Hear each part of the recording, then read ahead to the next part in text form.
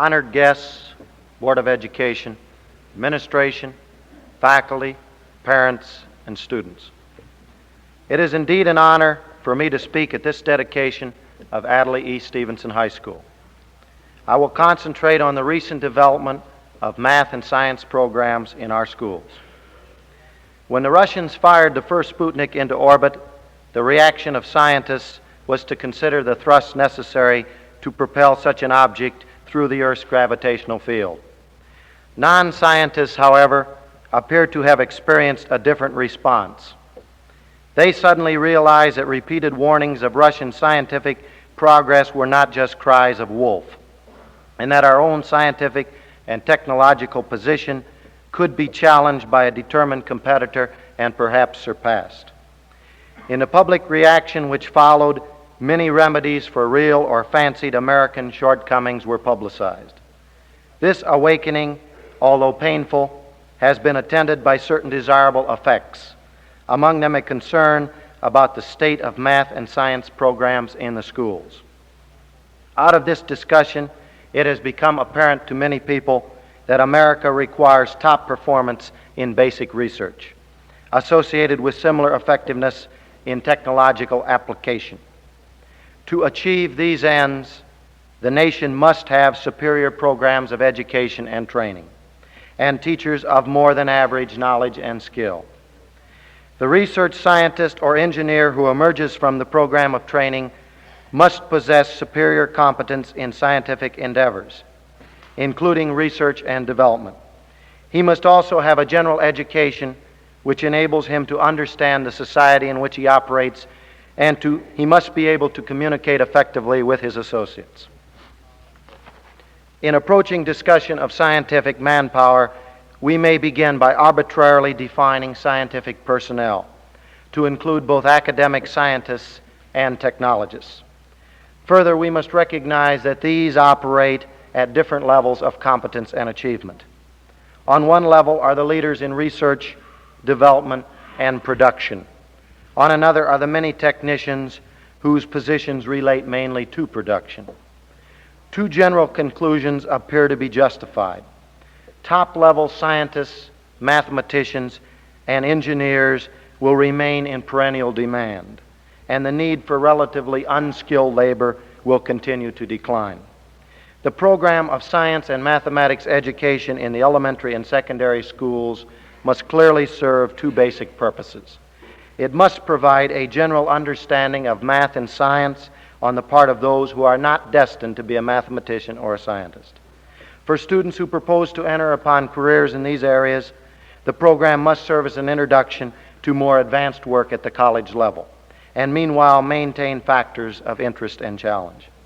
If our scientists and technologists of the future are to give the brilliant performances we shall expect of them, it is obvious that they must come in contact with skilled and inspiring teachers, not only in college and graduate work, but also in the earlier phases of their educational experience. Here we come face to face with a special kind of scientific manpower requirement, one which has too often been disregarded. It is the need for competent instructional personnel to provide for this education and training of new personnel. The importance of superior teachers is highlighted in various studies. They are the key factor in the situation, and especially insofar as the gifted student is concerned.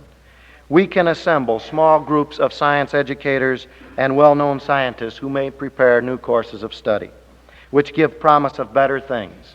But without superior teachers to implement the words placed on paper, the effort may be largely wasted. We can plan modern curricula in both math and science and provide for more instruction than in the past. But without effective teachers to man the classrooms, the result is bound to be disillusionment. Good teachers and good schools have always worked individually to give the students the best educational fare they could. Nowadays, however, the task of bringing the best that has been taught to all students in ways appropriate to their varied interests and abilities requires new strategy and tactics. We live in an age of explosive growth of knowledge.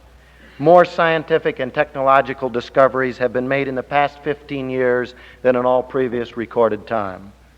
Powerful new insights are being gained into the fundamental structure of major areas of inquiry. Moreover, traditional assumptions about what students at given levels of development can learn are increasingly found to be misleading in many ways. Finally, society can no longer afford to wait a generation or more for new knowledge to make its way gradually into school and college programs. In the last few years, mathematicians, scientists, engineers, and educators have taken up these new educational challenges with great vigor. Working together and aided by increasing public and private support for educational research and development, they have undertaken a number of fresh approaches to the improvement of school instruction in mathematics and science. In colleges and universities, research scientists have been taking an increasing interest in undergraduate instruction.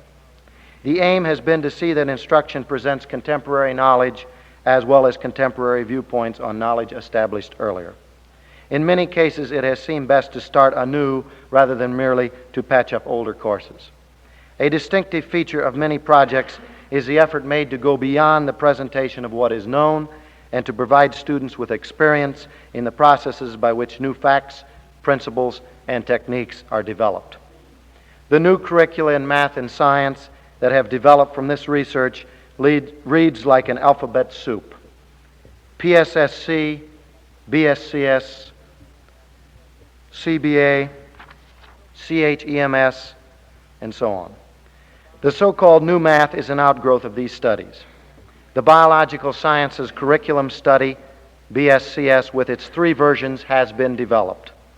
3 modern biology courses have been designed, one from a molecular and evolutionary approach, one from a general and cellular, and one from an ecological and evolutionary approach.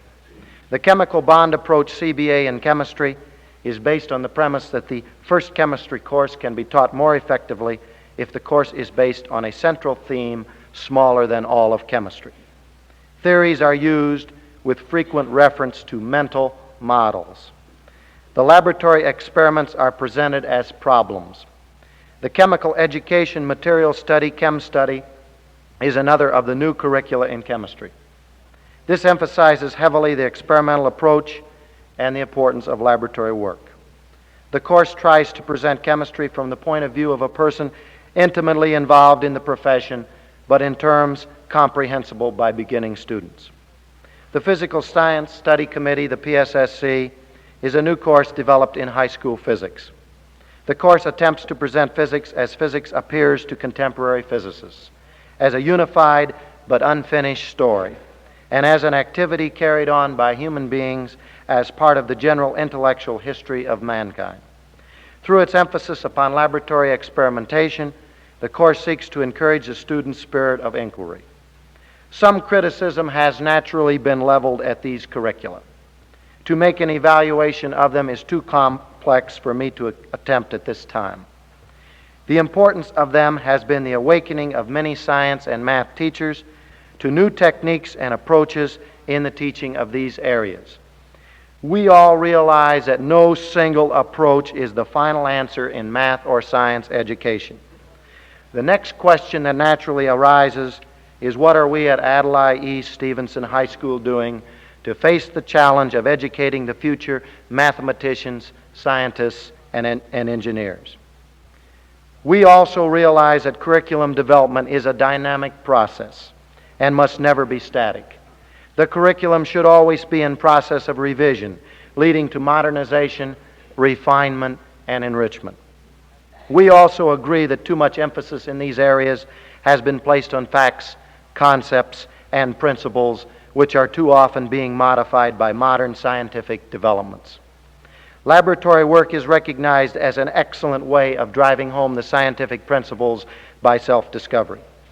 We at Adlai East Stevenson High School realize the challenge we face in the areas of math and science education.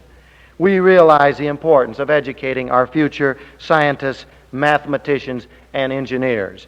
We feel that we can meet the challenge. Perhaps the greatest challenge is yet to be conquered.